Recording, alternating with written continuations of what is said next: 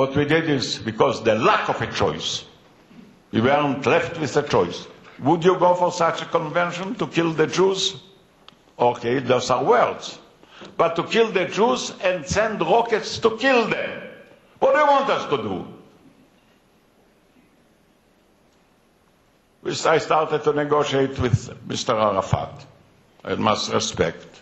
It wasn't simple. The PLO was at the beginning a terroristic organization. Mr. Arafat agreed to stop terror and go to negotiations. By the way, whatever was achieved positively was achieved not by rockets, not by force, not by power, but by negotiation. It takes time, it takes time. It's a very complicated country.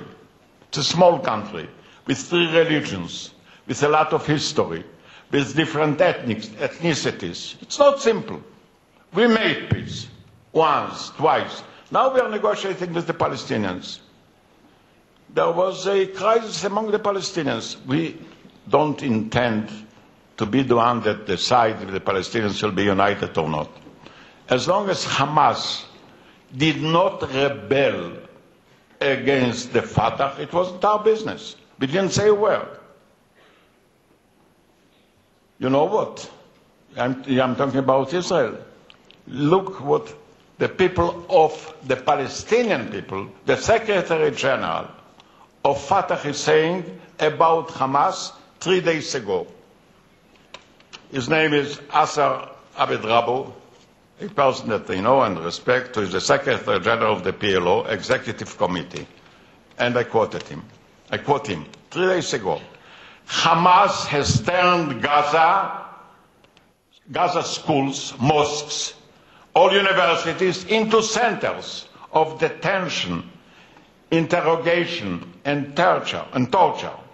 Dozens have been shot in the legs, beaten savagely, and had their bones broken. Hamas only to support broken. Hamas plundered trucks, bringing and distributes it only to the food, only to the supporters of their movement. They didn't give food to the people of Fatah.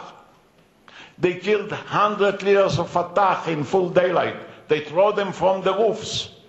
What do we really mean? Is that a matter of definitions? Israel does not want to shoot anybody.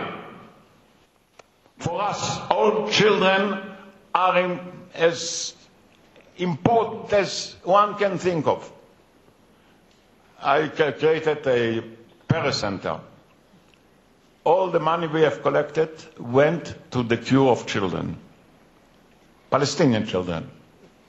They didn't have insurance, they didn't have hospitals. In 5 years, we brought to Israel 5,500 Palestinian children and their mothers to be cured.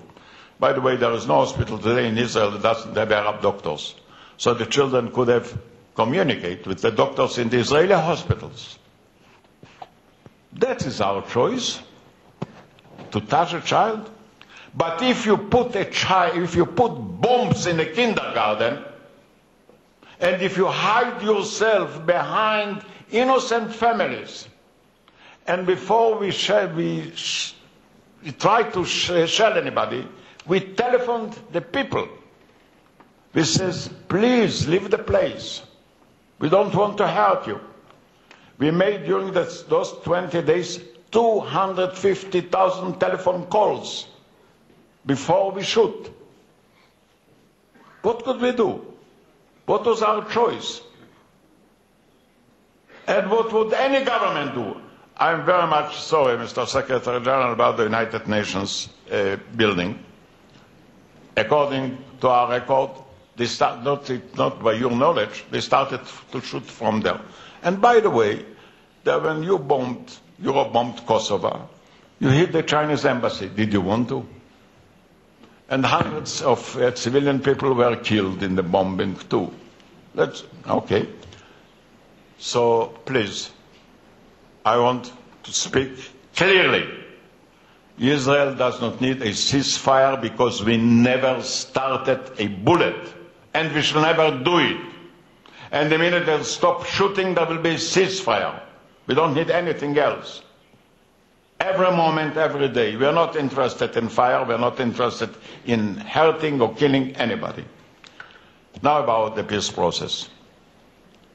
First of all, I want to say that it was a great move on the side of the Secretary General of the Arab League to introduce the Arab Initiative. I think that was a very positive move in a bitter history of misunderstanding and confrontations. The problems we were facing were the following. A, we started to negotiate directly with the Palestinians. President Mubarak told me, look, finish your negotiations with the Palestinians, we shall consider as the first move to an overall peace. We are negotiating, and I think we made headway in an extremely complicated issue. Take only the issue of Jerusalem. Jerusalem is not a piece of land. Jerusalem is fire. There are 3 different religions, and there are different streams in every religion. And people are fighting about every window, every door. It's easy to say, make an agreement. We are trying to find a way. We told the Palestinians that we are ready really to accept 242 and 338, which means really to return almost all of the land of the West Bank to them. Gaza we left completely. What is there to fight? So the ceasefire is, as far as it is concerned, is not a problem for us. We shall never start fire. And when they fired against us, we replied, but after a great restraint, and thousands of people were killed too.